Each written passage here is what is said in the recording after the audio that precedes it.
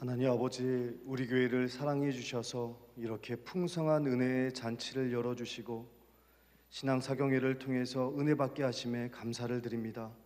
우리가 말씀을 들을 때, 힘차게 찬양할 때, 뜨겁게 기도할 때 모든 심령들에게 충만하게 역사하여 주옵소서. 오늘도 예수님을 기대하며 예수 그리스도의 이름으로 간절히 기도하옵나이다. 아멘. 이 시간 함께 찬양하겠습니다. 주께 가까이.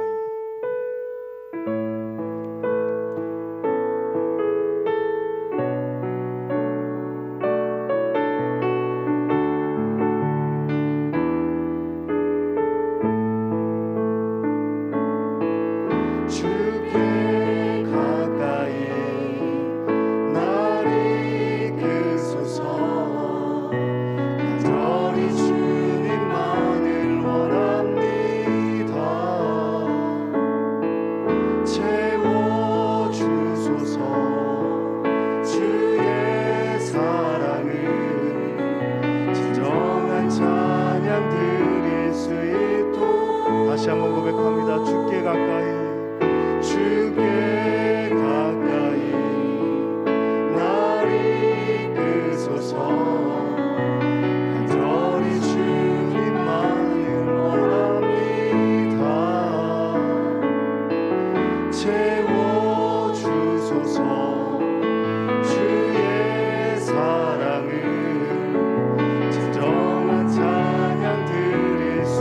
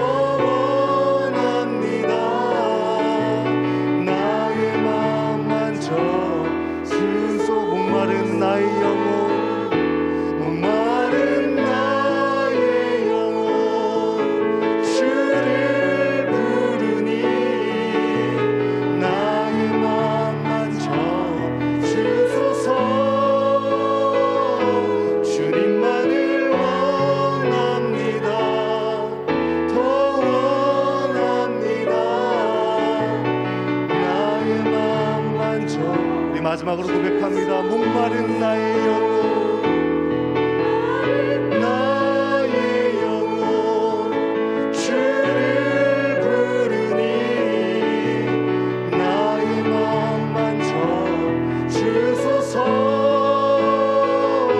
주님만을 원합니다. 더 원합니다. 나의 마음 만져 주소서.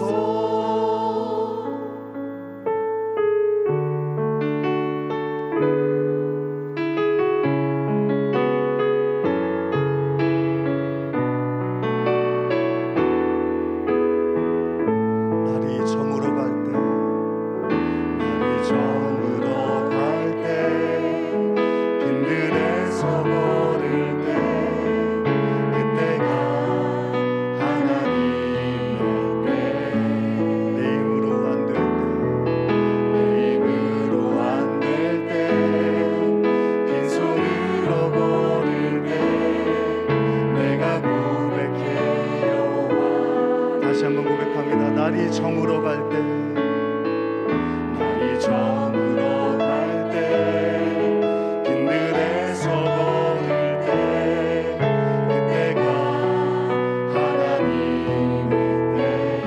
내 힘으로 안 될 때, 빈손으로 걸을 때, 내가 고백해 여호와 주가 일하십니다. 주가 일하시네, 주가 일하시네. 주께 아끼지 않는 자에게 주가 일하시네, 주가 일하시네. 신뢰하며 걷는 자에게. 우리 모인 이곳에, 우리 모인 이곳에 주님 함께 계시네. 누리네 아버지 은혜.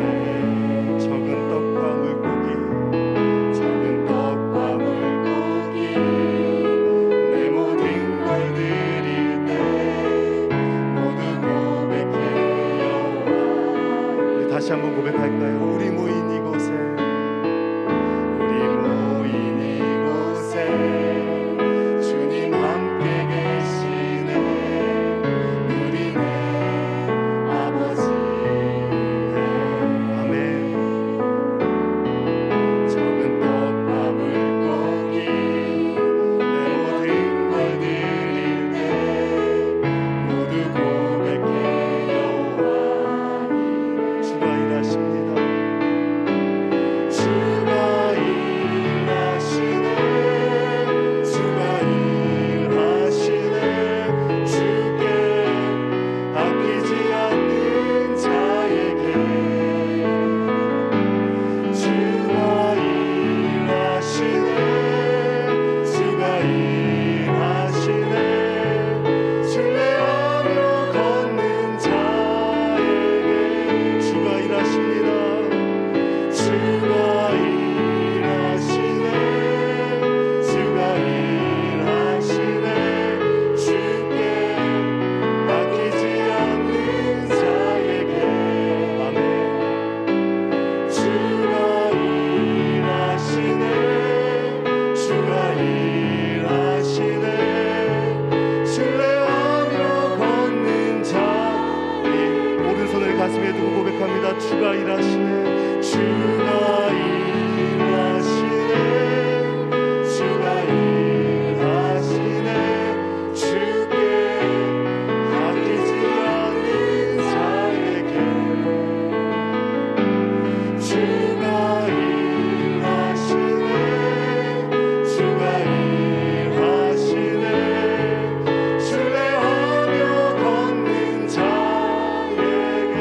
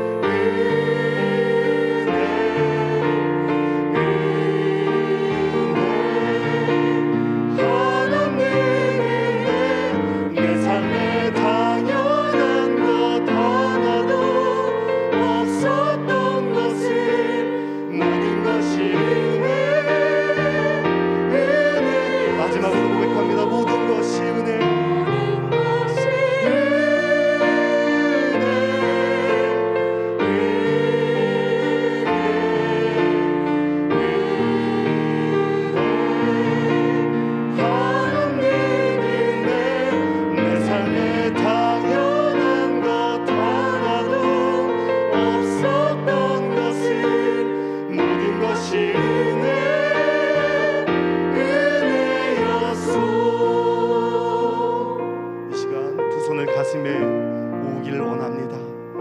이 시간 이번 사경회를 통해서 첫사랑의 하나님을 뜨겁게 만날 수 있도록 인도하여 주옵소서. 그래서 다시 한번 일어날 수 있도록 인도하여 주옵소서.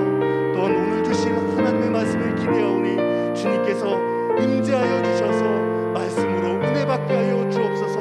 그리하여서 기도로 꽃대를 세우고 믿음으로 꽃대를 세우고 또한 예배로 꽃대를 세우는 제1의 가족들 될 수 있도록 인도하여 달라고 이 시간 다 함께 기도로 나아가겠습니다. 하나님 아버지 함께 해주셔서 감사합니다. 이 시간 사경회를 통해서 첫사랑의 하나님을 뜨겁게 만나는 시간들이 될 수 있도록 인도하여 주십시오. 다시 한번 일어나게 하여 주옵소서. 주의 말씀을 기대하며 이 시간 기도하며 나아가오니 하나님의 임재를 경험하게 하여 주시고 충만케 하여 주시고 또한 감사와 찬양이 흘러넘치게 하여 주옵소서. 힘있게 찬양하며 힘있게 예배드리며 말씀으로 다시 새롭게 되는 은혜가 있게 하여 주옵소서.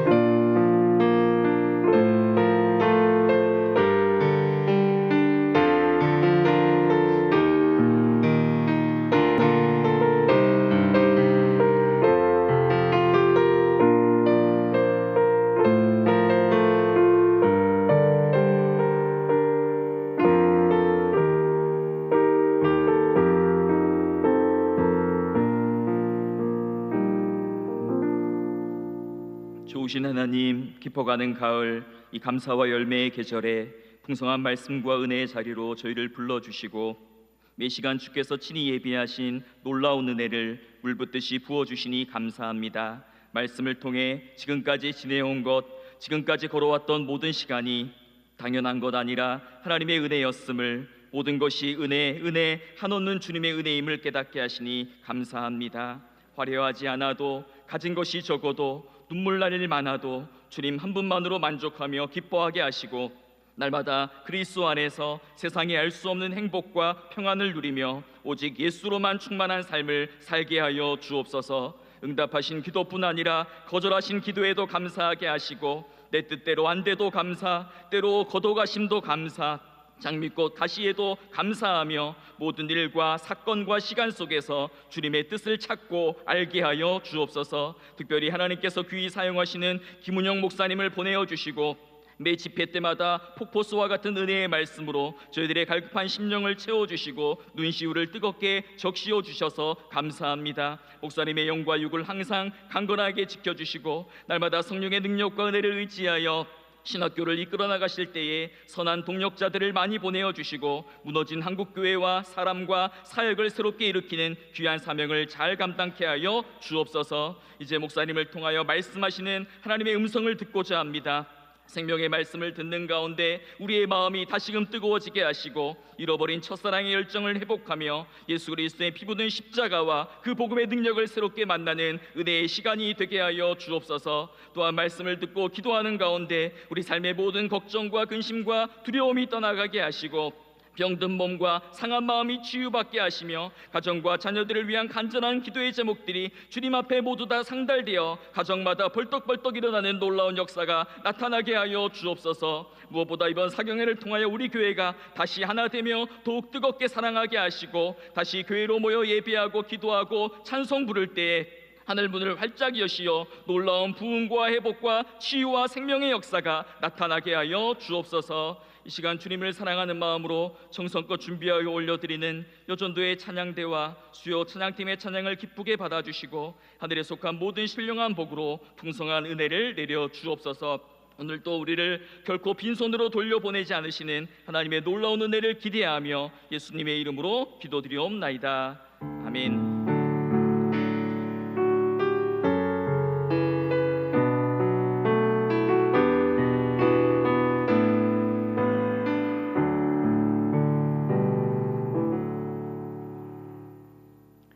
오늘 우리에게 주시는 하나님의 말씀은 신약 성경 399쪽 요한계시록 1장 8절에서 16절까지의 말씀과 2장 1절에서 5절까지의 말씀입니다. 하나님의 말씀을 제가 봉독해 드리겠습니다. 주 하나님이 이르시되 나는 알파와 오메가라. 이제도 있고 전에도 있었고 장차 올 자요 전능한 자라 하시더라. 나 요한은 너희 형제요 예수의 환난과 나라와 참음에 동참하는 자라. 하나님의 말씀과 예수를 증언하였으므로 말미암아 밤모라 하는 섬에 있었더니 주의 날에 내가 성령에 감동되어 내 뒤에서 나는 나팔 소리 같은 큰 음성을 들으니 이르되 네가 보는 것을 두루마리에 서서 에베소, 서머나, 버가모, 두아디라, 사대, 빌라델피아, 라오디게아 등 7교회에 보내라 하시기로 몸을 들이켜 나에게 말한 음성을 알아보려고 돌이킬 때에 7 금 촛대를 보았는데 촛대 사이에 인자 같은 이가 발에 끌리는 옷을 입고 가슴에 금띠를 띠고 그의 머리와 털의 희가 흰 양털 같고 눈 같으며 그의 눈은 불꽃 같고 그의 발은 풀무불에 단련한 빛난 주석 같고 그의 음성은 많은 물소리와 같으며 그의 오른손에 7 별이 있고 그의 입에서 좌우에 날선 검이 나오고 그 얼굴은 해가 힘있게 비치는 것 같더라. 에베소 교회의 사자에게 편지하라. 오른손에 있는 7 별을 붙잡고 7 금촛대를 사이를 거니시는 이가 이르시되 내가 네 행위와 수고와 네 인내를 알고 또 악한 자들을 용납하지 아니한 것과 자칭 사도라 하되 아닌 자들을 시험하여 그의 거짓된 것을 네가 드러낸 것과 또 네가 참고 내 이름을 위하여 견디고 게으르지 아니한 것을 아노라. 그러나 너를 책망할 것이 있나니 너의 처음 사랑을 버렸느니라. 그러므로 어디서 떨어졌는지를 생각하고 회개하여 처음 행위를 가지라. 만일 그리하지 아니하고 회개하지 아니하면 내가 네게 가서 네 촛대를 그 자리에서 옮기리라. 아멘. 여전도의 찬양대가 하나님을 찬양하시겠습니다.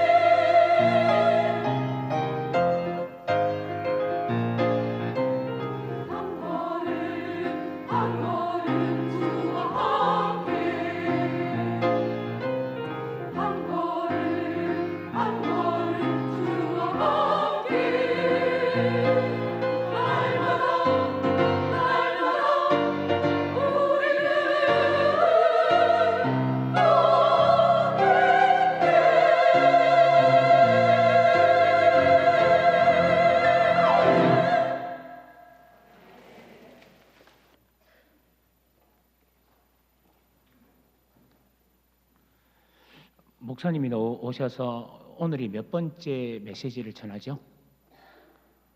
혹시 기억하시나요?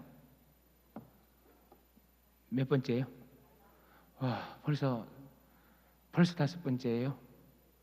그러면 이제 오늘 밤하고 내일 새벽하고 몇 번 남았나요? 2번 남았네요. 아쉽지 않으세요? 아쉽죠. 그냥 장신대 올라가지 말게 하고 우리 붙잡고 한 10일 정도 더 연장할까요? 네, 사실 제 마음이 그래요. 그런 생각이고요. 그러나 이제 또 우리 교수님이 막중한 일을 위해서 또 올라가셔야 되는 거 우리가 잡을 수는 없으니까 하나님 오늘 낮 그리고 오늘 밤 내일 새벽 그 3일 동안 나도 기쁜 마음으로 더 열린 마음으로 말씀을 들으며 그 은혜를 함께 나누겠습니다. 주님 역사해 주십시오. 그러면서 동시에 장신대를 위해서 늘 기도하면서 하나님 거기 그 학교에서 한국교회를 인도하고 말씀을 가르치는 주의 종들이 나오게 되는데 하나님 우리 교수님에게 늘 지혜와 명철을 지금까지 부어주셨는데 앞날도 더 많이 부어주셔서 위대한 역사를 일으켜 주십시오라고 여러분 같이 늘 기도해 주셔야 됩니다. 한국교회가 살기 위해서는 우리 각자가 살아야 되지만 동시에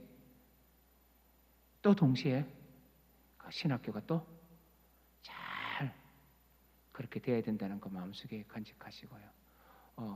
총장님이 하실 얘기를 제가 다 한 것 같아요. 그죠? 지금은 저 어쨌든 그래서 오늘 이 낮 시간에 왔다가 또 오늘은 또 피곤하게 너무 많이 피곤해하지 마시고 또 잘 체력 잘 다듬으셨다가 오늘 밤에도 내일 새벽에도 계속 넣으셔서 하나님의 은혜를 누렸으면 좋겠습니다. 이제 우리 목사님 또 나오셨을 때 우리가 늘 그랬던 것처럼 할렐루야 하고 기쁜 마음으로 우리 또 환영하겠습니다. 목사님 나오십니다. 할렐루야.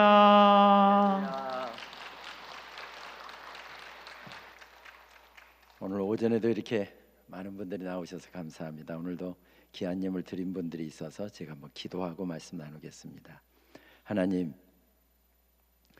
오늘 수요일 오전 예배에도 우리 귀한 분들 이렇게 많이 함께 모이게 해주시고 마음껏 주님 찬양하고 기도하고 또 말씀 듣고 주님 앞에서 다시 결단하며 일어서게 해주셔서 감사합니다. 우리 여전도의 찬양대에서 참 귀한 찬양도 올려드렸고 이 시간 귀한 마음을 담아 예물을 봉헌하는 분들이 계셔서 이 시간 그 정성을 모아 주님께 이 시간 올려드립니다. 기도 제목도 적었고 이름도 적었습니다. 주님께 다 올려드립니다. 주님 기도 제목 듣고 계시지요? 감사의 제목 듣고 계시지요? 주님께 올려드리오니 기뻐 받으시옵시고 이 예물 떨어지는 곳에 하나님의 놀라운 능력이 나타나게 하여 주옵소서. 이 물질 때문에 웃고 물질 때문에 행복해하고 이 물질 때문에 울고 때로는 이 물질 때문에 생을 포기하는 사람도 있는 마치 물질이 주인처럼 되어버린 이런 세상을 살고 있지만 우리는 하나님의 왕 되심과 주인 되심을 고백하며 이 귀한 물질도 하나님 섬기라고 주신 것인 줄 알아 구별하여 들고 나와 봉헌하오니 하나님 드린 손길들 속에 이 고백이 더 넘쳐나게 하여 주옵소서. 은혜로 살았습니다. 남은 인생길도 은혜로 살게 하여 주옵소서. 그 고백으로 가득 채워 주시옵소서. 예수님의 이름으로 축복하며 기도하옵나이다. 아멘. 전쟁이 끝나고 한 나라가 공산화가 되면서 반혁명죄로 한 남자가 체포가 되었습니다. 그리고 바로 끌려갔는데 그때로부터 이 남자는 13년 6개월 동안 옥고를 치루어야 했습니다. 그 중에서도 약 9년 동안은 창문도 없고 햇빛 한 자락 들어오지 않는 그런 독방에서 지내야 했고요. 그 독방에는 바퀴벌레와 쥐떼가 우글거리는 그런 곳에서 9년의 세월을 혼자서 살아야 했답니다. 언제 풀려날 수 있을지 가늠조차 할 수 없는 하염없는 무정한 세월이 하루 이틀 계속 지나가면서 벌써 13년이 지나가고 14년째가 되어가고 있습니다. 어느 날 기도하다가 문득 깨달았습니다. 그 책에는 당시 그가 깨달음을 가졌을 때의 상황을 이렇게 책에 기록하고 있더군요. 예수님, 저는 체포되어 사이공에서 나트랑까지 450km 거리를 경찰관 2사람의 호송을 받으며 밤중에 끌려가면서 긴 재수 생활을 시작했습니다. 슬픔과 공포, 긴장 등의 수많은 착잡한 느낌이 제 마음을 스쳐 지나갔고 저의 식구들로부터, 여기서 식구들은 그 교회 공동체의 식구들, 그런 교인들을 의미합니다. 저의 식구들로부터 멀리 격리된 제 가슴은 갈갈이 찢겨지는 것 같았습니다. 제가 가진 것은 아무것도 없습니다. 그러나 밤의 어둠 속에서, 그리고 걱정과 악몽의 바다 한가운데서 저는 조금씩 다시 깨어납니다. 중국 선교사였던 잔 윌 씨가 여러 해 동안 옥고를 치르고 자유의 몸이 된 뒤에 한 이야기가 떠오릅니다. 나는 삶의 반평생을 기다리는 데 소비했다. 나는 작정했습니다. 나는 기다리지 않으리라. 현재의 순간을 사랑으로 가득 채우면서 살아보리라. 그러나 어떻게? 어느 날 밤 한 줄기 빛이 비쳤습니다. 그것은 매우 간단한 것이다. 바울이 감옥에 갇혔을 때 했던 것처럼 하여라. 그 다른 공동체에 편지를 써보내라. 이 하늘의 음성을 듣고 그는 결심했답니다. 풀려날 날, 언제 풀려날지도 모르지만 그 날을 기다리면서 살기보다는, 인생을 허비하기보다는 하루하루 사랑으로 채우련다. 그런데 내게 부어주신 하나님의 놀라운 사랑 이야기를 편지로 써서 공동체의 일원들에게 보내기로 마음의 작정을 했습니다. 그리고 그는 그의 결심을 이렇게 계속해서 적어 나갑니다. 나는 기다리지 않으리라. 현재의 순간을 사랑으로 가득 채우면서 살아보리라. 먼 미래를 기다리면서 현재의 순간을 무력하게 놓쳐버리기보다 지금 흘러가는 이 순간에 나의 생각, 나의 말, 나의 느낌, 나의 눈빛, 나의 행동 하나하나에 사랑을 담아 보련다.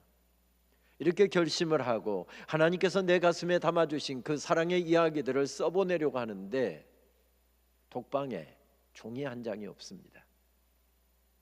매일 아침마다 하나님께서 말씀을 내 가슴 속에 담아주시고 그 말씀을 내 사랑하는 성도들에게 정말 하나님께서 주신 말씀을 전해주고 싶은데 전해줄 방도가 없었습니다. 하나님은 어떻게 해요? 하나님은 어떻게 해요? 아니 왜 말씀은 아침마다 그렇게 담아주시는 거예요? 종이 한 장 없어서 써보낼 종이가 없는데요. 이러고 있는데, 누워 있는데 몇 년 전에 달력인지 모르는데 우리 옛날에 한 장씩 뜯어내는 달력이 있었잖아요. 그 달력이 저 벽에 걸려 있더랍니다. 한 번도 거기를 인식을 못했는데 기도하다가 누워서 기도하다가 보니까 거기에 빛바랜 달력이 담아 있더랍니다. 그래서 그것을 매일 한 장씩 해서 뒷면에다가, 그리고 또 글씨가 써져 있는 앞면에다가 깨알 같은 글씨로 써서 성도들에게 보내고 싶은 하나님의 말씀과 묵상의 이야기들을 써보냈답니다. 그리고 그것들이 나중에 책으로 엮어져서 3권의 책으로 출간되었는데 다행스럽게도 우리말로도 다 3권이 번역되었습니다. 그 중에 한 권인 지금 이 순간을 살며라고 하는 제목의 책에 나오는 내용입니다. 베트남의 사도 바울로 아시아를 대표하는 영성신학자로 평가받고 있는 하비에르 우엔 반투안의 이야기입니다. 오늘 요한계시록에서 만나는 사람도 감옥에 갇혀 있었습니다. 한번 갇히면 13년 6개월이 아니라 아예 황제의 특명이 아니면 풀려날 수 없는 그런 천혜의 감옥에 갇혀 있었습니다. 아시는 것처럼 12제자 중에서 마지막 남은 제자였습니다. 11제자는 벌써 이미 다 순교의 제물로 하나님 앞에 바쳐졌고 12사도 중에서 유일하게 혼자 남았는데 그도 이제 밤모섬의 유배가 된 것입니다. 그렇게 사도 요한은 도미티아누스 황제 박해 때 체포돼서 에게의 중간에 있는 밤모섬에 그렇게 유배가 되었습니다. 종교, 정치, 사범들을 가두는 천의 감옥이었고 한번 그곳에 갇히면 도망 나올 방도가 없었으며 또 그것은 바위산으로, 바위로 섬 전체가 거의 바위로 덮여 있어서 여름에는 열기를 받은 바위에서 뿜어내는 열기 때문에 힘들었고 겨울에는 땔감이 부족해서 추워서 힘들었고 그러다 보니 그 섬에 갇히면 아무리 건강한 사람도 2년이나 3년이면 다 죽어 넘어지는 그런 섬에 유배가 된 것입니다. 이 시기를 학자들은 약간의 차이는 있겠지만은 AD 94년경, 그러니까 93년일 수도 있기도 하고 95년일 수도 있기도 하지만 일반적인 학자들의 이야기에 의하면 이것은 이때가 바로 AD 94년경으로 봅니다. 어린 교인들과 함께 AD 60년대부터 시작되었던 네로 황제 박해부터 시작을 해서 지금 도미티아누스 황제까지 엄청난 폭정을 펼치고 있는 도미티안 황제까지 지금 그 긴 고난을 당하고 있습니다. AD 81년부터 시작을 해서 15년 동안 권좌에 앉으면서 AD 96년에 권좌에서 물러나기까지 내가 신이라고 신상을 세워놓고 황제를 신격화하면서 황제 숭배 사상을 널리 펼치던 황제였습니다. 그리고 여기에 응하지 않는 모든 사람들은 바로 이 섬에다 종교사범으로 정치사범으로 가두었던 때였습니다. 권력자의 핍박과 회유에 조금도 굴하지 않고 믿음을 지키다가 그는 지금 유배지 반모섬에 지금 갇혀 있습니다. 어쩌면 그곳에서 생을 마쳐야 할 것 같습니다. 3세기 말의 문헌이죠. 빅토리아 누스의 요한계시록 주석이라고 하는 문헌이 3세기 말의 문헌이 지금도 전해지고 있는데요. 그 문헌을 보게 되면 첫 부분에 이렇게 기록되어 있는 것을 확인할 수 있었습니다. 요한이 도미티안 황제의 정제로 반모섬 광산에서 복역하던 중 이 계시의 말씀을 들었다. 전승에 의하면 바위가 많았던 반모섬은 유명한 석재질이 나오는 석광산이 있었답니다. 그렇다고 한다면 사도 요한도 제수의 몸으로 끌려가서 아침 일찍부터 저녁 늦게까지 거의 모든 건축물을 돌로 세웠잖아요. 심지어는 로마는 주요한 도로를 포장까지 했을 정도였으니까 얼마나 많은 석재료가 필요했을지 모릅니다.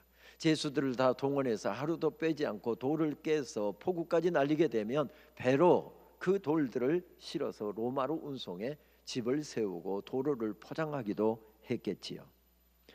오늘 읽은 10절 말씀에 보게 되면 그렇게 노역에 시달리다가 주일이 되었답니다. 내가 주님의 날에 주의 영에 이끌려서 예배를 드리고 있는 광경을 살펴볼 수 있습니다.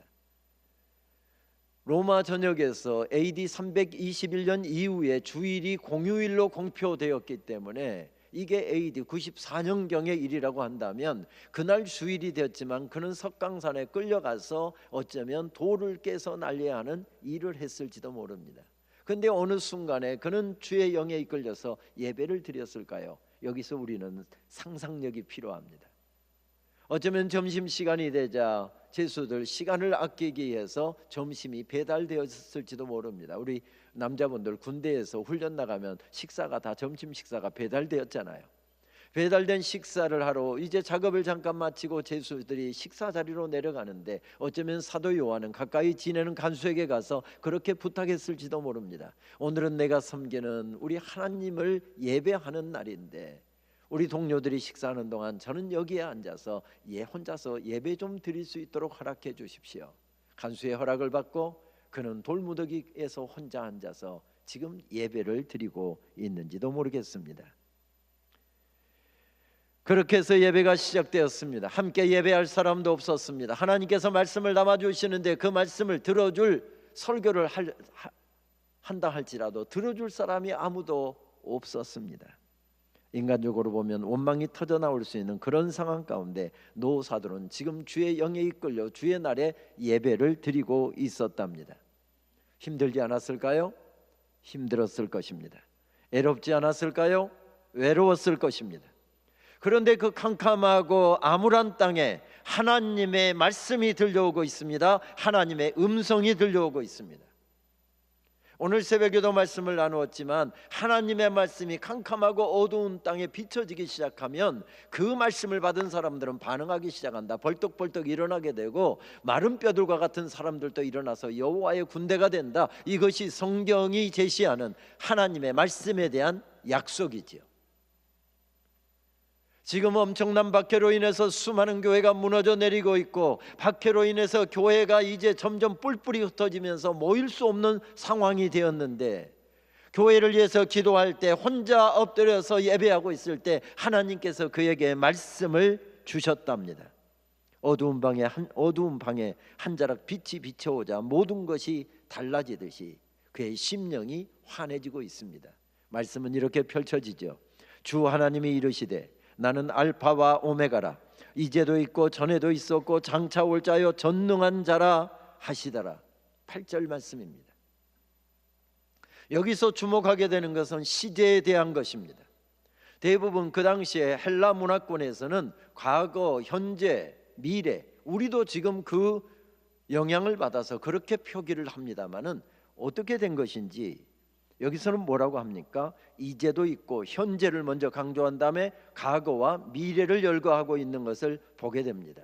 그 당시의 시제어법과는 전혀 다른 방식입니다.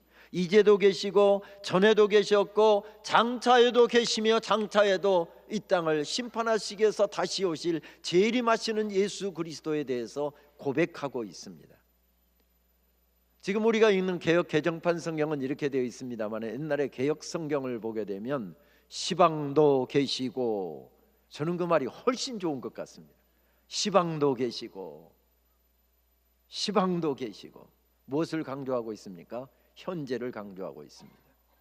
요한계시록의 표현들, 시제를 특별히 하나님의 과거와 현재와 미래를 다스리고 계시는 하나님의 놀라운 역사하심을 표현할 때 요한계시록은 항상 이렇게 표현을 하고 있는 것을 발견하게 됩니다. 요한계시록을 전체를 쭉 한번 살펴보니까, 그런데 놀랍게도 우리말 성경에는 요한계시록 11장 17절 말씀은 옛적에도 계셨고 지금도 계신 주, 이렇게 번역하고 있는 것을 발견하게 됩니다. 옛적에도 계셨고 과거, 현재, 미래, 이런 순으로 강조를 하고 있습니다. 그런데 헬라어 원어를 찾아보니까 원어는 역시 요한계시록의 어법을 따라서 현재, 과거, 미래 순으로 이렇게 말씀이 표현되고 있는 것을 발견하게 됩니다. 지금 말씀을 주시는 성령님께서 무엇을 강조하고 있습니까? 인생이 이제 곧 끝나갈 인생의 마지막 스테이지에 서 있는데, 모든 것이 무너져 내리고 있는데, 그가 정말로 공들여서 평생 세웠던 교회가 허물어지고 다 흩어지고 없는데, 사도 요한에게 주신 말씀이 무엇이었습니까? 주님께서는 지금도 계신다, 주님께서 다스리고 계신다, 역사하고 계신다, 이 사실을 강조하고 있습니다.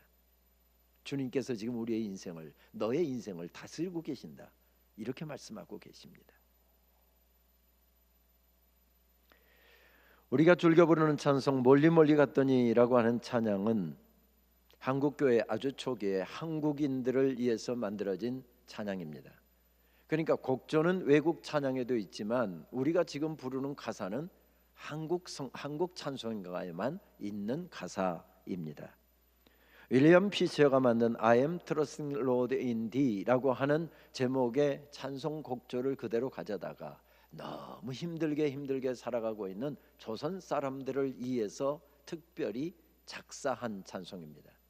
이 찬송을 작사한 사람은 우리 대구 제1교회에 처음 초석을 놓았고 바로 이 동산에 대구 선교 스테이션을 최초로 개설했던 윌리엄 베어드 목사님의 사모님인 애니 베어드 사모님이 가사를 붙인 찬송입니다. 우리 교회 초석을 놓은 분이니 우리가 잘 알고 있습니다만은 윌리엄 베어드 선교사, 베이랑 선교사는 1890년 12월 18일에 오전에 결혼하고 오후에 조선으로 가는 배를 타고 태평양을 건너서 조선 땅으로 달려올 만큼 복음에 대한 열정으로 가득 찼던 사람이었습니다. 40여일 동안의 긴 항해를 마치고 1891년 1월 29일에 부산항에 입항을 했습니다. 그리고 한국말을 배워가면서 다른 선교사들처럼 한 6개월 정도 한국말을 배운 다음에 1891년 9월 달에 부산에 첫 선교 스테이션을 개설합니다. 그리고 부산진 교회와 영서연 교회, 초량교회를 시작하지요. 부산 땅에 파란 눈을 가진 사람이 이 두 사람밖에 없었으니 마치 동물원의 원숭이 취급을 합니다. 신혼부부가 이렇게 식사하고 있으면 노크도 안 하고 문을 벌컥벌컥 열지를 않나, 와서 코를 만져보지를 않나, 그놈 정말 크다 하고서 다리를 만지지 않나. 초기에 정말 부산에서 적응하는 것이 힘들었다고 했습니다. 그런데 하나님께서 1892년 7월 달에 첫 딸 낸시를 선물로 주셨습니다. 그들에게 주신, 이국 땅에서 선교사로 살아가는 그들에게 주신 하늘의 정말 큰 위로였습니다. 베어드 선교사는 한 해 7개월 이상 아내를 혼자 남겨두고 밀양, 경주, 울산, 대구, 상주, 안동까지 순회 전도 여행을 가진 분으로 유명하지요. 여성들은 안 데리고 간 이유가 풍토병에 걸리면 훨씬 더 여성들이 취약하기 때문에 여성들과 아이들은 데리고 가지 않고 주로 남자들만 순회 여행을 갔습니다. 그런데 안동 부근에서 그는 급한 연락을, 순회 전도 여행 중에 급한 연락을 받았습니다. 1894년 5월 7일자 일기를 읽어보니 그 일기에는 그 기별에 대해서 이렇게 적고 있더군요. 몇 년 전 책을 집필하다가 그의 일기를 쭉 읽어 내려가다가 이 부분에서 정말 나도 모르게 눈물이 흐르는 것을 경험했습니다. 우리가 막 저녁 식사를 끝내고 환자 몇 사람을 보고 있을 때 연락원이 집에서 편지를 가지고 왔다. 로지, 낸시의 미들네임입니다. 로지가 아프다는 소식을 알리는 이 편지를 여행 중 노상에서 나에게 전달하지 못하여 찾아 헤매다가 들고 온 것이었다. 편지에는 그날 아침에 로지에게 발작이 있었고 즉시 집으로 돌아오라는 내용이었다. 내 심장이 멈추는 것 같았다. 나는 몇 가지를 지시하고 즉시 온 힘을 다해 집으로 향했다. 허공을 허우적거리며 걷는 것 같았고 수십 톤에 해당하는 무거운 짐을 끌고 가는 것 같았다. 끊임없이 눈물이 복받쳐 올라왔다. 그날 아침 로지는 하나님의 자녀이며 우리의 바람은 하나님의 뜻이 이루어지는 것이라고 기도하면서 우리는 로지를 하나님의 손길에 위탁하려고 했다.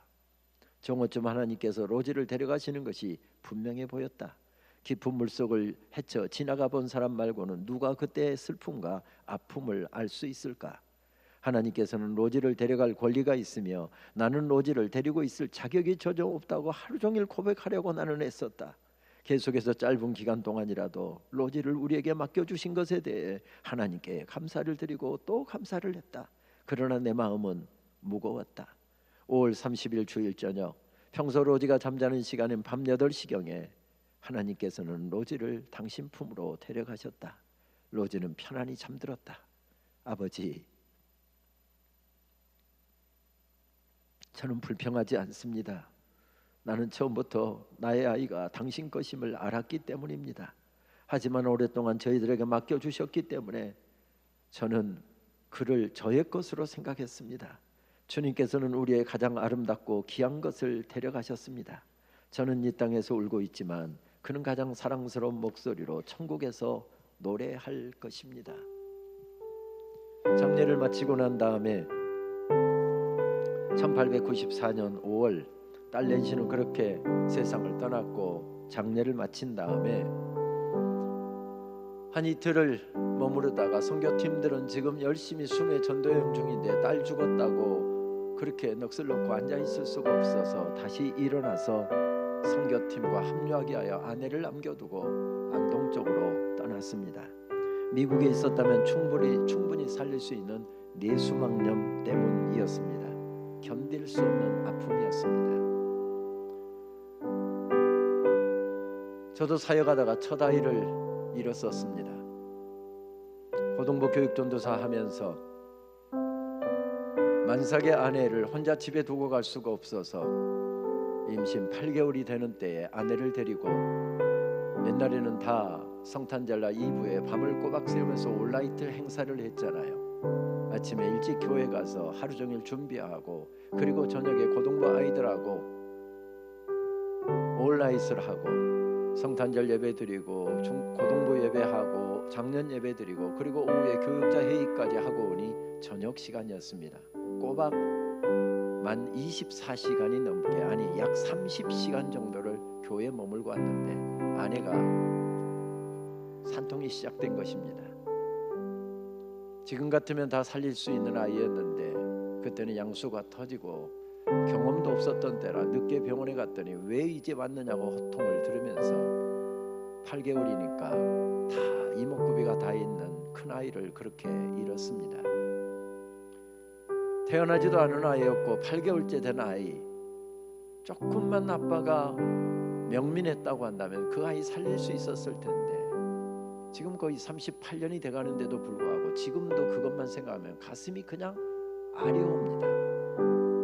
그래서 사랑하는 딸을 2년 동안 품고 있다가 떠나보내야 했던 이 선교사님의 마음이 구구절절 느껴집니다.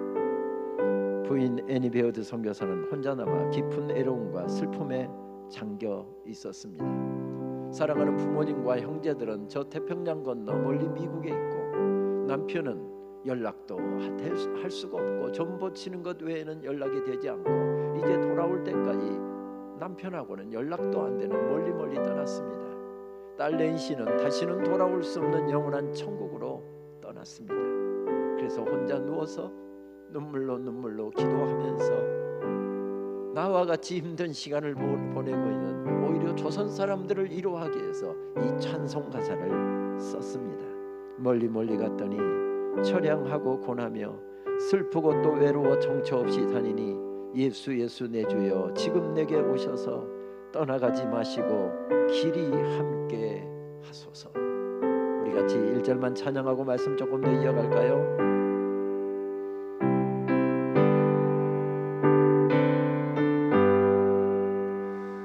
멀리 갔더니 처량하고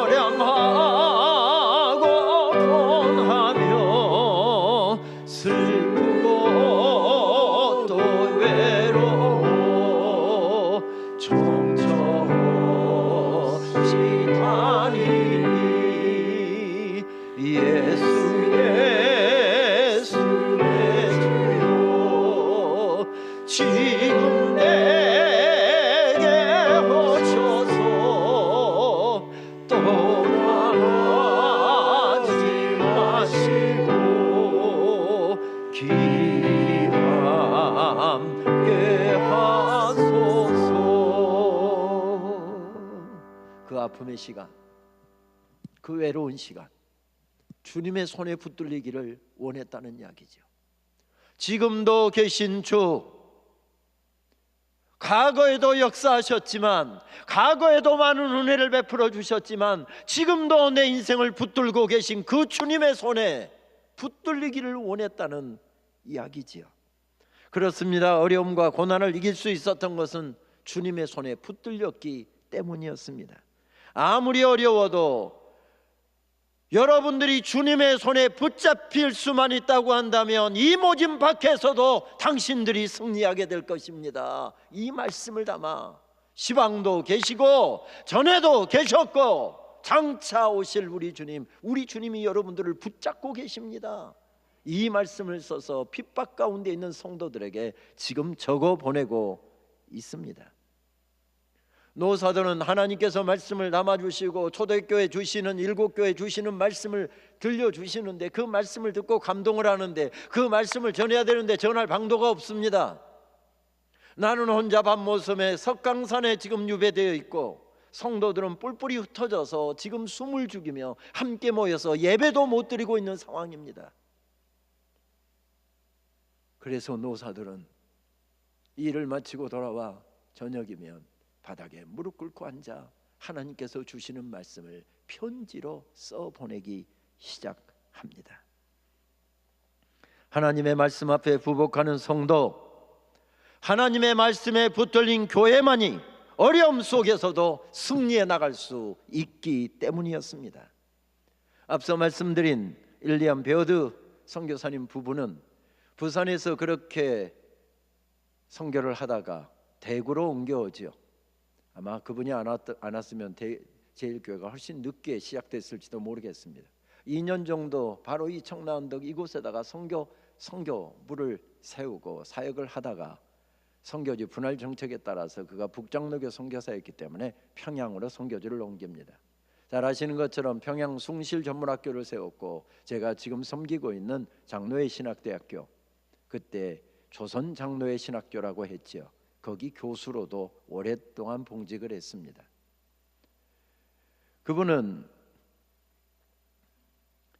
오전에 결혼식을 마치고 오후에 선교지를 향해서 달려 나올 만큼 복음에 대한 뜨거운 열정을 가지고 있었던 분이었고, 그분이 바로 우리 이 영남 선교에 초석을 놨다 해도 과언이 아닐 정도로 그분이 뿌린 씨앗이 바로 아담스 선교사회에서 꽃이 피었다, 이렇게 이야기할 수 있을 것 같습니다.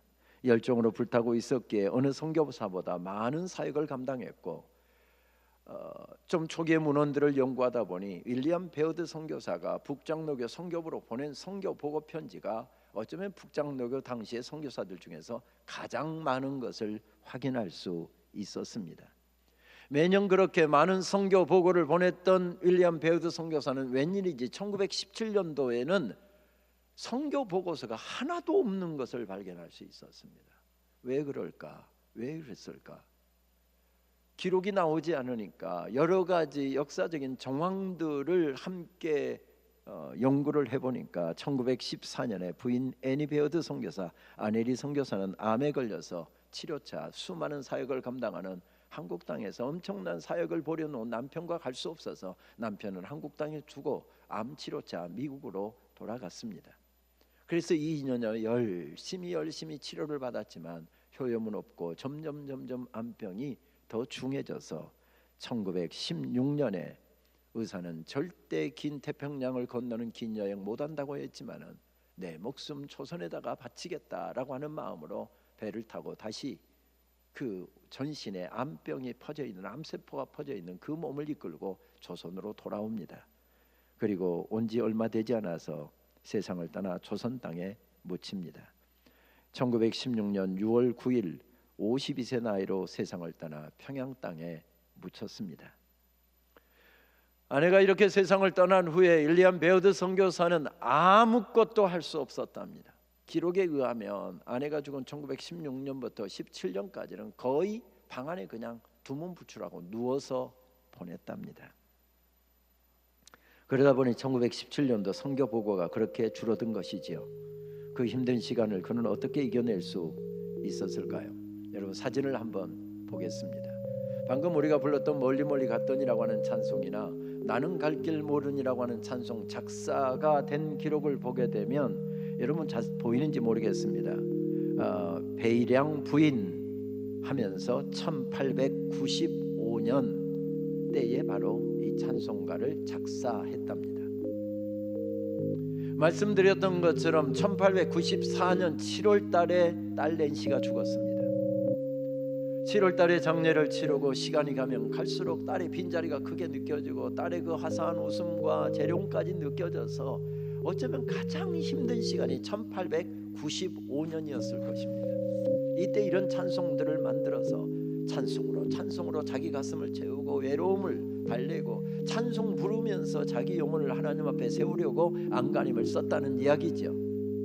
어쩌면 1917년에 아내가 16년에 세상을 떠난 다음에 1917년 베이랑 선교사는 누워서 아내가 남긴 이 찬송만이 아닙니다. 수많은 찬송을 남겼고 이 어학에 뛰어난 분이어서 조선어 사전도 만들었고 많은 책도 아이들을 위해서 책도 쓰고 그런 것들을 아내가 남기고 간 여러 책들과 찬송들을 부르고 또 부르면서 눈물로 아내를 그렇게 떠나보내고 슬픔 가운데 보냈을 것입니다.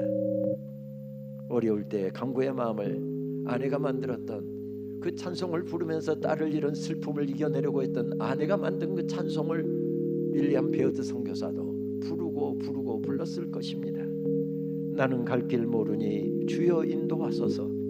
어디 가야 좋을지 나를 인도하소서. 어디 가야 좋을지 나를 인도하소서. 그 어려움의 시간 주님의 손에 붙들리기를 원했다는 이야기지요. 아이같이 어린이 나를 도와주소서. 힘도 없고 약하니 나를 도와주소서. 힘도 없고 약하니 나를 도와주소서. 마음 쓰임이 슬프니 나를 위로하소서. 의지 없이 다니 나를 위로하소서. 의지 없이 다니 나를 위로하소서. 아이같이 어리니 아이같이 어리니 나를 도와주소서.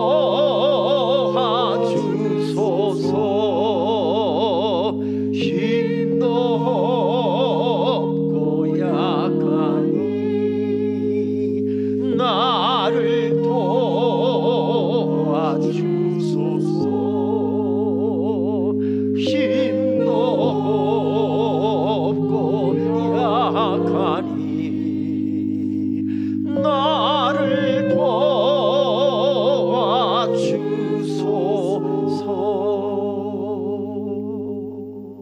무슨 이야기입니까? 아내가 남긴 찬송을 부르고 또 부르고 부르면서 울고 울면서 또 찬송 부르고 그 찬송을 가슴에 채우고 그는 그렇게 긴 시간 누워 있다가 벌떡 일어나서 또 힘차게 사역을 하다가 1931년에 아내가 있는 또 두 아이들이 있는 천국으로 떠납니다.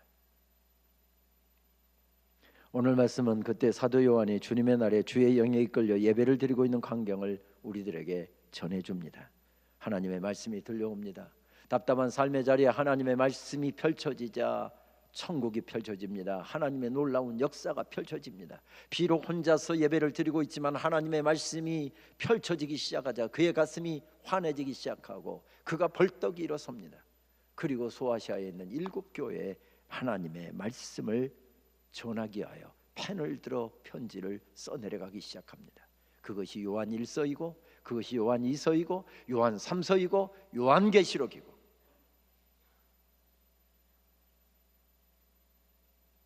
그렇습니다. 그렇게 하나님의 말씀을 설교할 수 없어서 하나님의 말씀을 전한 다음에 4장 말씀부터 가게 되면 아예 예배드리고 있는 사도 요한을 성령님께서는 아예 끌어올려서 천상의 예배 가운데로 그를 들어올리셨답니다. 어린 양의 보좌 곁에 24장로들과 먼저 간 성도들과 11 사도들이 있는 그곳에 손양원 목사님도 계십니다. 주기철 목사님도 계십니다. 배일양 선교사님도 계십니다. 그 사모님 아내리 사모님도 계십니다. 태어나서 2살 만에 세상 떠난 낸시 베어드, 그 2살짜리 어린아이도 어린 양의 보좌 곁에 서서 힘차게 찬양합니다. 길선조 목사님도 있습니다. 김익두 목사님도 있습니다. 이상금 목사님도 있습니다. 우리 어머니도 있습니다. 우리 아버지도 거기 있습니다.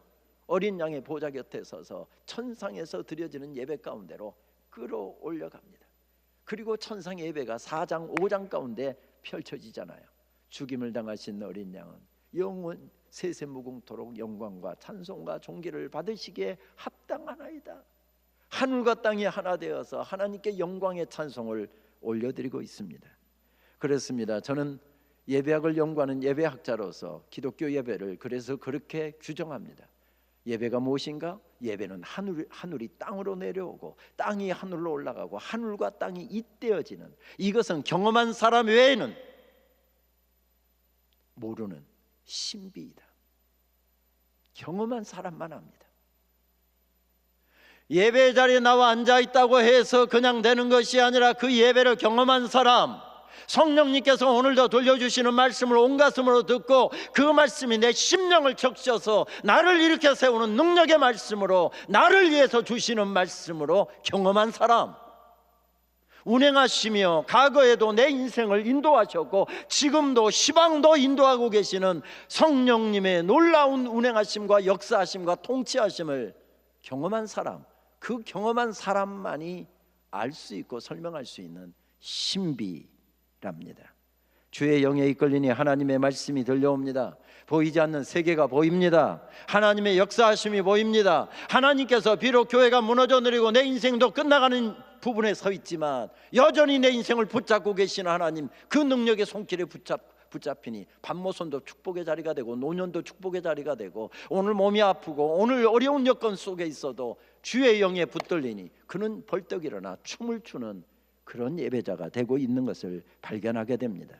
그 예배자가 벌떡 일어나 그가 보았던 것을 생생하게 성도들에게 이렇게 전하는 말씀으로 이어집니다. 발에 끌리는 옷을 입고 가슴에 금띠를 띠고 그 머리와 털의 희기가 양털 같으며 그의 눈은 불꽃 같고 그의 발은 풀무불에 단련한 빛나는 주석 같고 그의 음성은 맑은 물소리와 같으며 그의 오른손에 7뼈리 있고 그의 입에 좌우에 날성검이 나오고 그 얼굴은 해가 힘있게 비치는 것 같더라.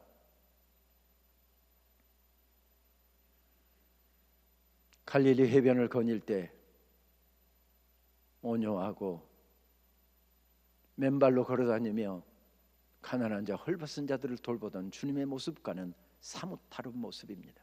불꽃 같은 눈으로 보고 계시며 보좌에 앉아 계시는 어린 양 되시는 그분은 온 땅을 다스리시는 통치자의 모습이고 심판주의 모습으로 그리고 있는 것을 발견하게 됩니다. 수수한 옷을 입고 끌려가면서 반항 한번 제대로 못하고 변명 한마디도 토해놓지 않고 그렇게 끌려가서 십자가에 못을 박힐 때 예수님은 맨발이었습니다. 그러나 주님은 하늘과 땅을 다스리고 계시는 왕의 모습으로 요한계시록은 그렇게 보여주고 있습니다. 사도 요한이 그것을 보았고 그것을 우리에게 전하고 있습니다. 오늘 우리도 요한계시록을 통해서 왕 되신 우리 주님의 모습을 보게 됩니다. 어미에 찬 심판자의 모습입니다. 갈릴리 해변을 거니면서 보았던 주님의 모습이 아니어서 숨이 막히는 것 같고 그 앞에 부복에 있을 때 하나님의 말씀이 또 그에게 들려왔답니다. 오늘 1장 17절 말씀, 두려워하지 말라 나는 처음이요 마지막이니, 이렇게 말씀합니다. 다른 부분에 보게 되면 나는 알파와 오메가이니, 이런 표현은 그 당시에 로마 황제 외에는 쓸 수 없는 표현이었습니다. 아니, 황제도 다스리시는 주님, 영원한 온 세계를 다스리고 계시는 그 주님, 그 왕 되신 주님의 통치권을 표현하게 하여 나는 처음이요 마지막이니, 이렇게 말씀하고 있습니다.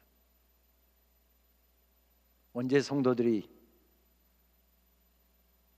병이 듭니까? 언제 교회가 병이 듭니까? 이 고백이 약해질 때입니다. 통치하시는 주님의 모습이 보이지 않고 세상 것만 보이고 인간적인 것만 보일 때 교회는 병들게 되어 있습니다. 그것은 지금 우리 한국교회 이야기이기도 합니다. 어미의 참모습으로 여기서 통치하고 계시고 우리의 인생길을 통치하고 계시는 통치자 되시는 주님의 어미의 참모습이 보이지 않고 사람들이 모이고 외형적인 건물만 보이고 인간적인 모임으로만 보일 때 교회는 복음의 능력이 약화되었고 엄청난 건물을 가졌고 엄청난 재산을 가졌고 엄청난 부동산을 가졌다 할지라도 예수 그리스도의 복음의 능력을 잃어버렸던 것, 바로 이것이 중세교회의 이야기 아니었습니까? 우리는 그 복음의 능력, 그 말씀의 능력, 그 예배의 능력을 회복하기 위해서 교회를 개혁하고 하나님의 말씀대로 우뚝 선 교회를 세워보자. 리폼드 트래디션, 바로 개혁된 교회 전통 가운데 서 있고 계속해서 말씀에 비추어 우리 자신들을 새롭게 세워가는 그 전통 가운데 우리는 서 있습니다. 몇 년 전 저는 미국의 한 한인교회 주일 예배에서 전할 설교를 준비하고 있었습니다. 주일 오전 설교부터 시작을 해서 그날 저녁 집회와 화요일 날 저녁까지 그 교회 집회가 이어지게 되었습니다. 미국 장로교 소속 한인교회는 제일 규모가 있었고 남미와 중국과 그리고 동남아, 특별히 북한 선교에 엄청난 헌신을 하고 있는 교회였고 아프리카의 여러 나라 중에서도 특별히 케냐 선교에 기하게 헌신하던 교회였습니다. 아무래도 이미 교회가 복잡하다 보니까 우리가 함께 모여서 갈등하고 하느니 우리 선교지로 가자. 그래서 선교의 강조를 두면서 교회가 엄청난 부흥을 맛보았던 교회였습니다. 1년 중 가장 무덥다는 4월 달에 캄보디아에 선교부를 새로 개설하고 그리고 그곳에 그 교회 파송 선교사를 보내는 일이 있었기 때문에 의사가 지금 건강 때문에 가면 안 된다고 하는데도 불구하고 담임 목사가 안 갈 수가 없어서 2주 동안 선교지에 가서 예배도 드리고 선교지도 후원하고 이렇게 하고서 가는 길에 한국에 들렸습니다. 저희 장신대 채플에 화요일날 채플 설교를 했고요. 저하고 식사를 하고 금요일날 출국한다는데 저도 바쁜 일정 때문에 다시는 못 만나고, 그때가 4월 달이었는데 5월 초에 저도 그때가 연구학기여서 이 책 원고를 끝내고 5월 초에 미국 가는데 가서 그때 얼굴 보십시다 하고 그 목사님은 금요일날 출국했는데 금요일날 저녁에 도착을 해서 토요일날 하루 종일 주일날 설교를 준비하고 밤 12시쯤 잠자리에 들었는데 주일 예배가 거기도 아침 7시에 일부 예배가 있는데 오후 4시에 오후 2시쯤 갑자기 심장에 발작이 일어나서 이머전시 룸으로 옮겼지만은 3시간 전인 예배 3시간 전인 주일날 새벽 4시경에 세상을 떠나고 말았습니다. 목사님이 세상을 떠난 후에 온 교회가 한 마음이 되어서 2년여간 어려움의 시간들을 잘 이겨냈습니다. 부목사님을 중심으로 부목사님이 담임 목사 데지그네이트 패스터라고 그러죠. 노예에서 지정한 목사로 부목사가 교회 전반을 이끌게 되었습니다. 그리고 2년여 정도 지낸 다음에 이제 담임 목사를 청빙하는 과정에서 교인들도 그렇고 장로님들도 그렇고 딱 둘로 나눠졌습니다. A라는 목사를 지지하는 사람, B라는 목사를 지지하는 사람으로 이렇게 딱 분립이 되어 있었습니다. 제가 설교하는 바로 그 전주에는 거의 물리적인 충돌, 주일 예배 시간에 물리적인 충돌 직전까지 갔다 하는 이야기를 들었습니다. 그러니 이 교회 가서 자주 가서 설교했던 교회지만 어떤 말을 해야 될지, 더군다나 이어지는 집회 가운데서 어떻게 하나님의 말씀을 전해야 될지, 설교가 풀리지 않아서 토요일 내내 주일 설교를 놓고서 안간힘을 쓰고 있었습니다. 설교가 풀리지 않아서 이리저리 고심하고 있다가 한 동시를 읽는데 설교가 확 풀리는 겁니다. 여러분, 이 영역이 충만한 목사는 성경을 읽다가 설교가 확 풀린데, 이 연기가 좀 떨어진 목사는 시를 읽는데, 그것도 어린아이들 동시를 읽는데 설교가 쫙 풀리는 겁니다. 그때 읽었던 동시입니다. 할머니, 금방 벽에 걸린 시계 잔다. 그냥 놔둬라. 좀 시구로. 지는 언제 쉬어보겠노? 할머니는 시간을 어떻게 알려고 그러노? 하늘에 걸린 시계 보면 되지. 모내기 하소, 콩 심으소, 장 담그소, 김장하소, 팥죽 끓이소. 하늘에 걸린 시계가 알려주는 대로 살다 보니 참 바쁘게 살았는기라. 하늘의 시계, 하늘의 시계. 시방도 계시고 과거도 계셨고 장차에도 계실 그 주님, 하늘의 시계를 바라보면 된답니다. 하늘의 시계, 하늘의 시계를 보면 된답니다. 그렇습니다. 1세기 말은 어둡고 캄캄했던 시간이었습니다. 교회에 들려주신 메시지도 똑같았습니다. 하늘의 시계를 보아라. 하나님이 통치하고 계신다. 하나님이 다스리고 계신다. 주 너희의 하나님을 바라보아라. 주 너희의 하나님을 바라보아라. 이것이 하나님의 메시지였습니다. 3년 동안의 긴 코로나 전국을 우리는 보내고 지금 예배 회복과 사역의 회복을 위해서 안간힘을 쓰고 있습니다. 그동안 무너졌던 예배 사역을 어떻게 세워갈지 목사님들마다 가슴이 새까맣게 타들어가면서 만나면 몇 퍼센트 정도 코로나 전에 출석했던 인원에서 지금 몇 퍼센트 정도 회복되었습니까? 그 이야기들을 나누면서 조금 회복이 많이 된 교회에 부러워하기도 하고, 우리 교회는 언제 그렇게 회복이 되나 안타까워하기도 하고. 교회만 어렵습니까? 성도님들도 여러 가지로 어렵습니다. 장사도 안 되죠. 여러 가지로 사업도 어렵죠. 거기다가 우크라이나 전쟁이 오고 또 강대국들의 틈바구니에서 지금 여러 가지 물가는 오르죠. 참 살아가기가 힘든 때입니다. 너무 힘들어서, 너무 답답해서, 너무 문제가 커서, 너무 바빠서, 너무 힘이 들어서 잠시 고개를 들어 하늘의 시계를 바라볼 여유도 없이 우리는 지난 3년을 그렇게 바쁘게 달려왔습니다. 그러다가 지치고, 그러다가 실망하고, 그러다가 분노하고, 그러다가 안타까워서 주저앉기도 하고, 그러다가 어떤 사람은 절망하고 좌절하기도 하고. 1세기 교회도 바로 그런 상황 가운데 서 있었습니다. 하나님의 해법이 무엇이었습니까? 하나님이 통치하고 계신다. 하늘의 시계를 보아라. 하늘의 시계를 보아라. 혹독한 유배지에 갇혀서 무너져 내리는 교회 소식을 들으며 차가운 바닥에 무릎 꿇은 노사도에게 하나님께서 에베소 교회에 전하라고 주신 말씀이 있었습니다.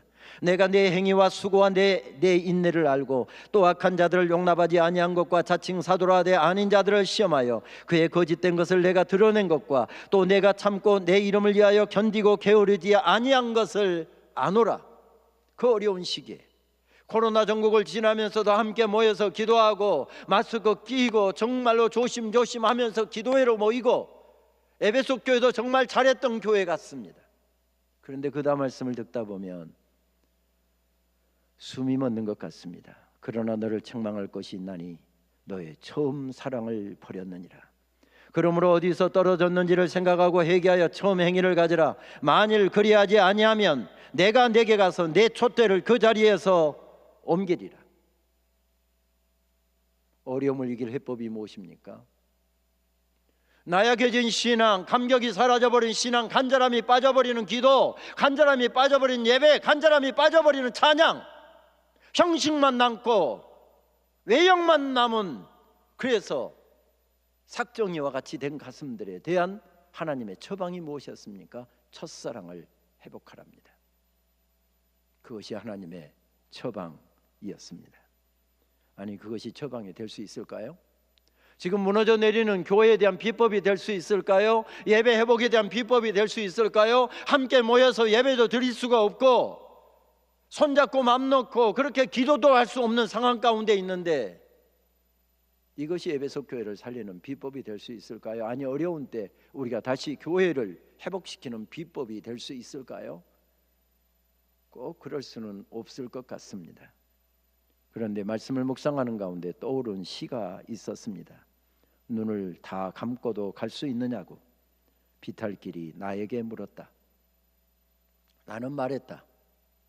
두 발 없이도, 아니 길이 없어도 나 그대에게 갈 수 있다고. 여기에 대해서 아무 느낌이 없는 분들은 중매 결혼을 했거나 아니면 지금 첫사랑을 데리고 살고 있거나, 그런데 첫사랑을 떠나보내고 10년이 지나도 20년이 지나도 마음속에 아련하게 옛 기억이 남아있는 사람은 이 시를 읽을 때 얼굴이 환해지게 되어 있습니다. 첫사랑의 정렬. 그것을 가지면 길이 없어도 문제가 되지 않는답니다. 아무리 멀어도 문제가 되지 않는답니다. 시간이 없어도 문제가 되지 않는답니다.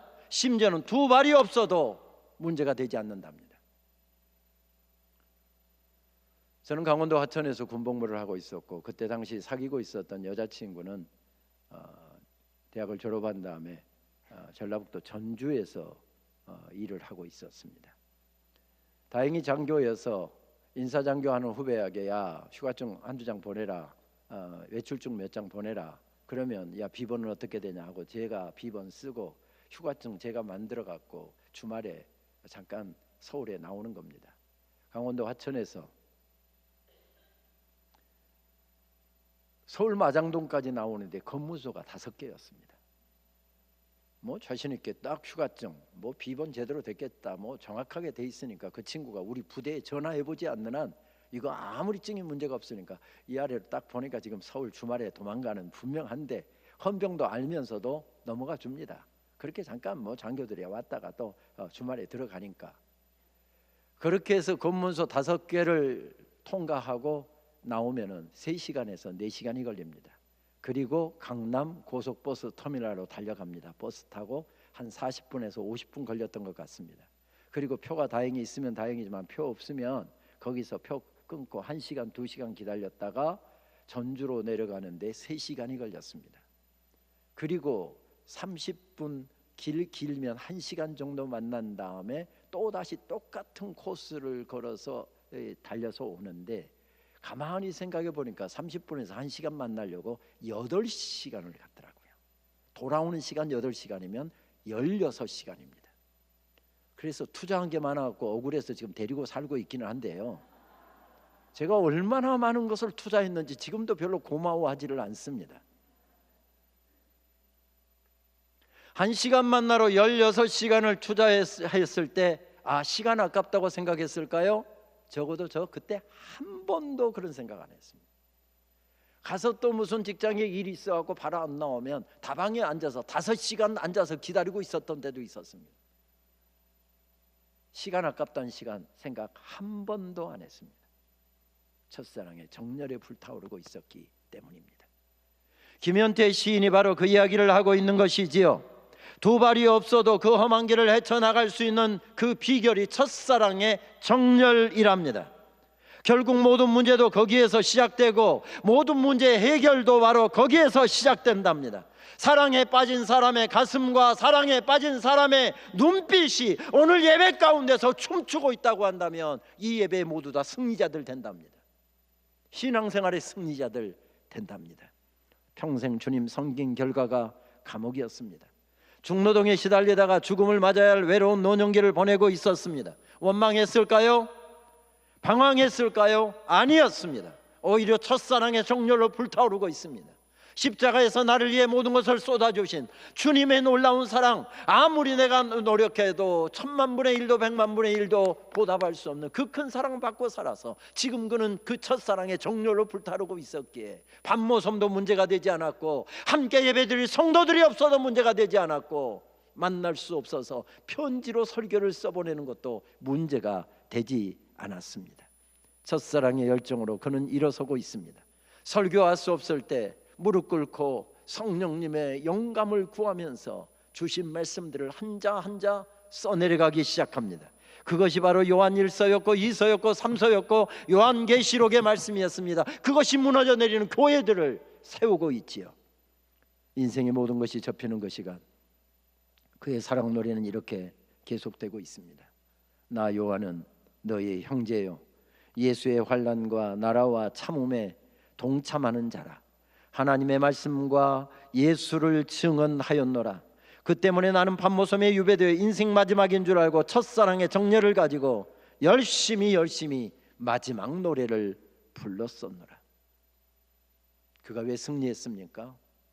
오늘이 내 인생의 마지막 날일 수도 있고 마지막 예배일 수도 있습니다. 그래서 모든 정열, 첫사랑의 정열을 가지고 예배합니다. 여러분, 오늘 예배가 마지막 예배입니다. 어떻게 예배하시겠습니까? 그 이야기입니다. 저도 오늘 설교하고 잠깐 오후에 가서 숙소에 쉬다가 갑자기 심장이 멎어갖고 세상을 떠납니다. 그래서 저는 오늘 저녁 예배 설교를 못합니다. 그러면 이 설교가 제 생애에 있어서 마지막 설교입니다. 여러분, 아무리 그래도 걱정하는 표정이라도 좀 지어주시지. 그러면 우리 담임 목사님이 더 좋은 설교, 짧고 더 좋은 설교 해주시오, 그런 표정이신데, 조금 염려라도 하는 설마 하는 표정이라도 좀 지으셔야 제가 위로가 될 텐데. 저도 오늘 이 설교가 마지막 설교이기를 바라지 않습니다. 그러나 언젠가 한순간은 딱 그 순간이 옵니다. 오늘 예배가 결코 마지막 예배기를 바라지 않고 11월 한 달이 내 인생의 마지막 달이 되기를 바라지 않고 2022년이 마지막 달이 되기를 결코 바라지 않지만은 언젠가 한 번은 그날은 우리 모두에게 옵니다. 그런데 그날이 오늘일지 내일일지 우리는 모르고 살아갑니다. 아니, 사도 요한은 2년이면 벌써 1년 지났습니다. 1년밖에 안 남았습니다. 마지막 해를 살고 있습니다. 자기는 80이 넘은 노구를 이끌고 지금 생활하고 있으니 올해 12월까지 못 채우고 어쩌면 5월달에 6월달에 세상 떠날지도 모르겠습니다. 그래서 이 올해가 마지막이다, 이번 달이 마지막이다, 이번 예배가 마지막이다, 그런 마음으로 예배를 했기에 사도 요한이 벌떡 일어설 수 있었습니다. 사도 요한이 일어서니까 교회가 일어서고 있는 것을 발견하게 됩니다. 우리 다시 일어서십시다. 첫사랑의 정열로 다시 일어서십시다.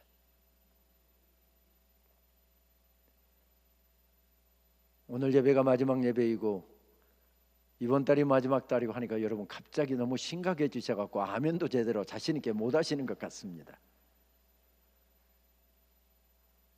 사도 요한이 그렇게 인생의 마지막인 줄 알고 열심히 예배하고 최선을 다해서 첫사랑의 정열로 그렇게 주님을 섬겼을 때 교회가 세워집니다. 그런데 하나님께서 도미티아누스 황제의 칙령이 아니면 도무지 풀려날 수가 없는데 AD 96년에 사도 요한은 풀려났습니다. 어떻게 그런 일들이 일어났을까요? 정적이 도미티아누스를 암살했기 때문이었습니다.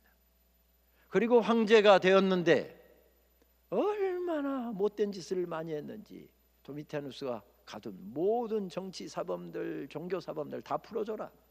그렇게 해서 사도 요한이 풀려나서 에베소로 갑니다. 오랜 유배 생활을 하다 보니 건강이 많이 안 좋았던 모양입니다.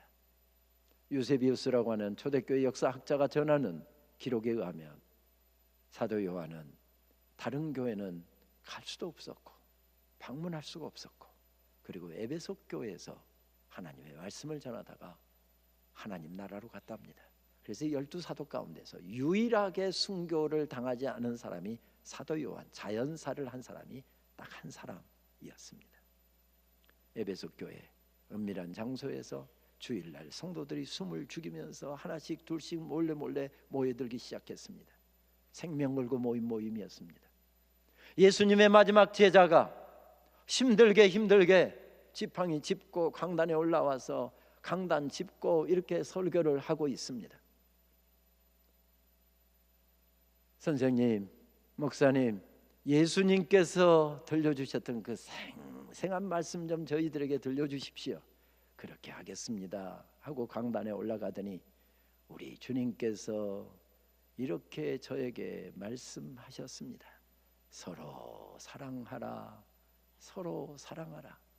내가 너희에게 새 계명을 주노니 서로 사랑하라. 기도하십시다. 세 마디 해놓고 기도하자입니다. 그래서 예배 끝나고 나서 성도들이 달려옵니다. 선생님, 왜 그렇게 설교가 짧습니까? 좀 설교 좀 길게 해주세요. 예, 그렇게 하겠습니다. 그 다음 주에 또 강단에 올라간 사도 요한이 우리 주님께서 다시 저에게 그렇게 이르셨습니다. 서로 사랑하라, 서로 사랑하라.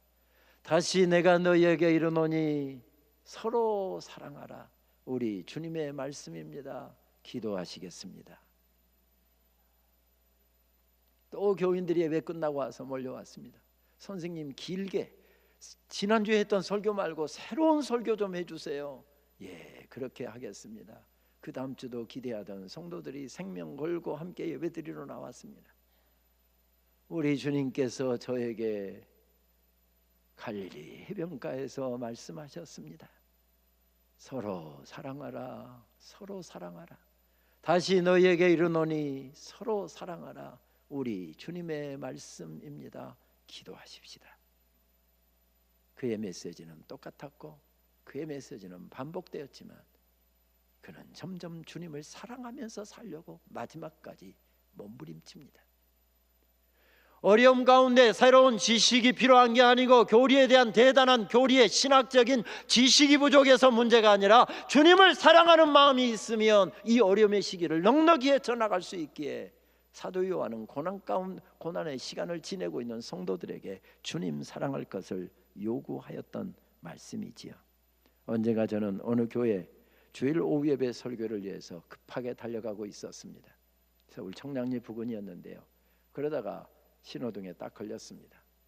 지금 예배 한 10분 전 정도는 도착할 수 있을 것 같은데 보통은 예배 30분 전에 도착했는데 지금 늦어서 막 마음을 졸이면서 신호가 빨리 끝나기를 기다리고 있는데 바로 옆에 웅장한 우리 그 옛날 제1교회 우리 저 처음 교회 적벽돌로 된 것처럼 그 교회는 모두 다 적벽돌로 되어 있는데 교육관까지 웅장한 교회 건물이 눈에 띄었습니다. 그런데 오후 1시경인데 교회가 정막이 흐르고 있었습니다. 우리 교단의 총회장을 지내신 분이 목회했던 교회였고요. 지금 한참 북적거릴 시간인데 교회가 주일날 오후에 코로나 때 아닙니다. 코로나 전입니다. 정막이 흐르고 있었습니다. 가슴이 아팠습니다. 그 교회를 오래 목회했던 목사님은 교단에 존경받는 목회자이자 장신대에서 오랫동안 목회학을 가르쳤던 어른이었습니다. 교단에서 처음으로 조기 은퇴를 65세 조기 은퇴를 하셨고요. 20여 년의 목회를 잘 하시고 후임 목사님을 세웠습니다. 그 후임 목사님도 한 20여 년을 목회를 하고 은퇴하는 마지막 부분에서 저를 어떻게 초청해서 그게 2007년도의 일인데요. 저를 초청해서 마지막 집회를 12월 달에 했습니다. 그때 저는 항상 집회 때 주제가를 선정을 하는데 그때 주제가는 지금 나오고 있는 주님 다시 오실 때까지라고 하는 찬양이었습니다. 연로하신 성도님들과 늦게까지 말씀 듣고 말씀 나누고 그리고 다 함께 일어나셔서 손을 들고 주님 다시 오실 때까지 나는 이 길을 가리라. 정말 피토하듯이 말씀을 전했던 또 그렇게 함께 피토하듯이 찬양을 올려드렸던 교회였습니다. 그러니까 총회장을 지내는 그 목사님 은퇴하시고 그 후임이 오셔서 20년 동안 정말 행복한 교회로 서 있다가 그 다음 후임이 왔는데 교회가 큰 분쟁 가운데 휩싸이게 되었습니다. 교회도 하나 서로 목사님을 사이에 두고 분쟁을 하고 있어서 아예 그 교회 출신이었던 김동원 목사님이 주선을 해서 아예 한 교회가 분립 개척까지 했습니다. 모든 재산권 이론도 요구하지 않고 마지막에 남은 교인들에게 식사 대접하고 평화롭게 교회 분립까지 되었습니다. 근데 목사님을 사이에 두고 문제가 생기면서 교회가 다 흩어졌습니다. 2007년도 뿐만 아니라 그 이듬해에도 한번 집회를 인도한 적이 있어서 그 교회 정막에 흐르는 교회 상황을 잘 알고 있었던 터라 가슴이 아팠습니다. 그때 불렀던 주제 찬송이 떠오르면서 주님 다시 오실 때까지 나는 이 길을 가리라. 주님 눈물로 찬양하던 성도님들 힘을 내어 그 옛 찬양 부르며 다시 일어서게 해 주옵소서.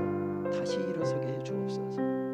설교하러 가던 그 교회 가는 그 순간까지 계속 그 기도가 반복되어 나왔습니다. 회복이라는 말은 어디에 붙여도 좋은 말인 것 같습니다. 건강 회복, 사업 회복, 관계 회복, 사랑 회복, 심지어는 예배 회복까지 어디에 붙여도 좋은 말인 것 같습니다. 코로나 팬데믹으로 오랜 시간 예배가 묶였고 사역이 묶였습니다. 다시 회복해야 될 시간입니다. 믿음의 회복, 예배의 회복, 기도의 회복, 첫사랑의 회복, 열심의 회복. 주님 다시 오실 때까지 우리도 이 찬양 부르면서 긴 코로나의 시간들을 돌고 첫사랑의 정열로 우리 다시 일어설 수 있게 되기를 바랍니다. 주님 다시 오실 때까지 나는 이 길을 가리라. 우리 긴 시간 앉아 계셨는데 가능하신 분들은 일어나셔서 이 찬송 함께 부르시고 예배를 마치도록 하겠습니다.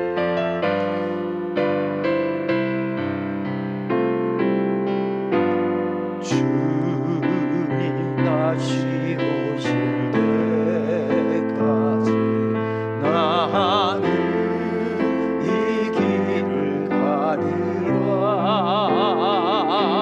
좁은 길 나의 십자가 지고 나의 가는 이 길 끝에서 나의 가는 이 끝에서 나는 주님을 보리라. 영원히 내 주님 나를 막아주시니 두 손을 조용히 주님 향해 들고 찬양하겠습니다. 주님 다시 오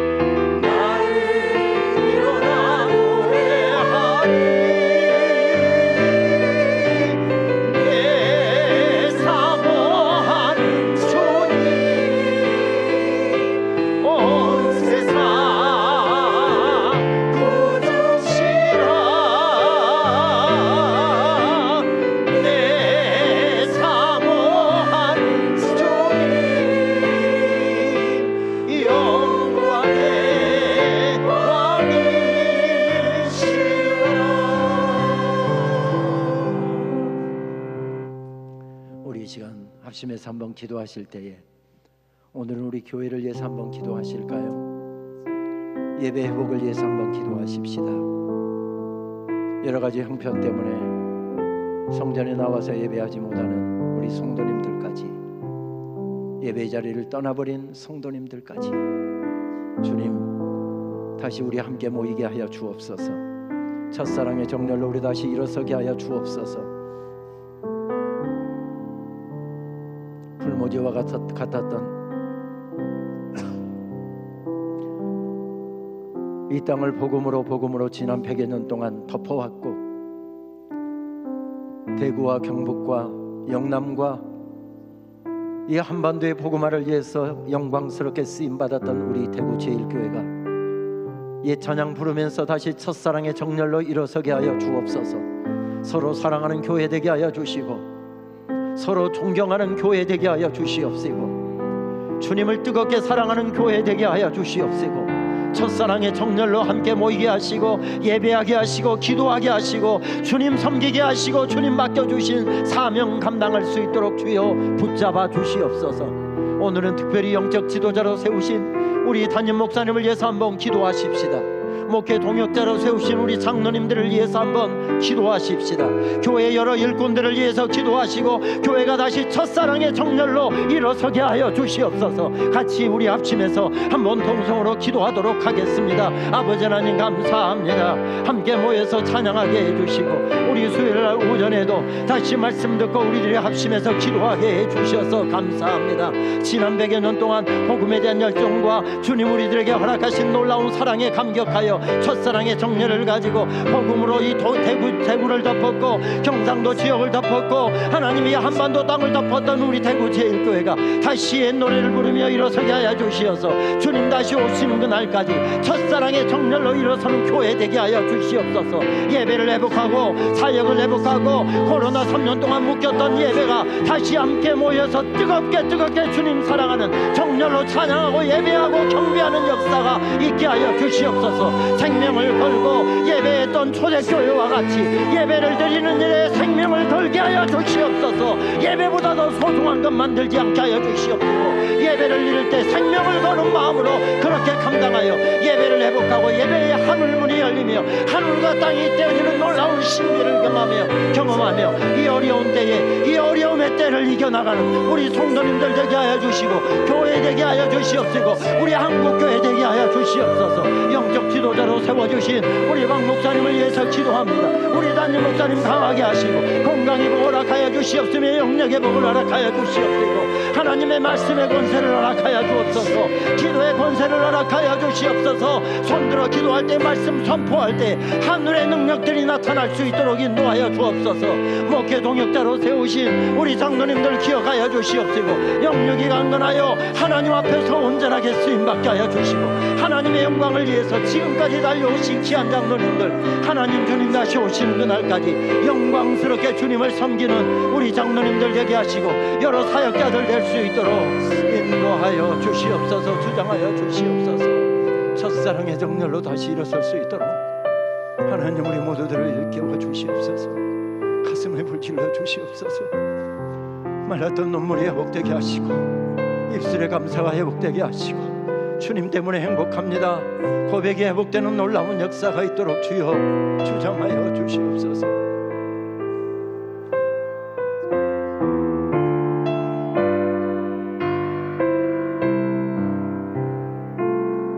주님 다시 오실 때까지 나는 일어나 달려가리라. 주의 영광 온 땅 높을 때 나는 일어나 노래하리. 내 사모하는 주님 온 세상 구주시라. 내 사모하는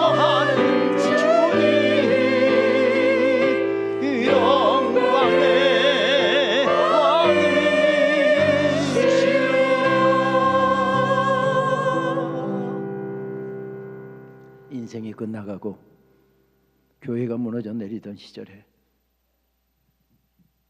첫사랑의 정열로 다시 일어서라 들려주시는 말씀 받고 벌떡 일어났던 사도처럼, 초대교회 성도들처럼 지난 100년 동안 정말 복음을 위하여, 이 땅의 복음화를 위하여 멋지게 쓰임받은 우리 대구 제1교회, 주님 다시 오시는 그날까지 첫사랑의 정열로 다시 일어나 멋지게 주님 다시 오시는 그날까지, 주님 다시 오시는 그날까지 정말 아름답게 섬기겠다고, 다시 일어서겠다고 마음에 깊이 다짐하고 주의 도우심을 구하며 삶의 자리로 나가는 하나님의 이 사랑스러운 주의 자녀들 머리머리에와 순교자들의 피가 흐르고 수많은 사람들의 목숨을 바쳐 세워 이날까지 힘차게 달려온 우리 대구 제1교회에 우리 주님 예수 그리스도의 은혜와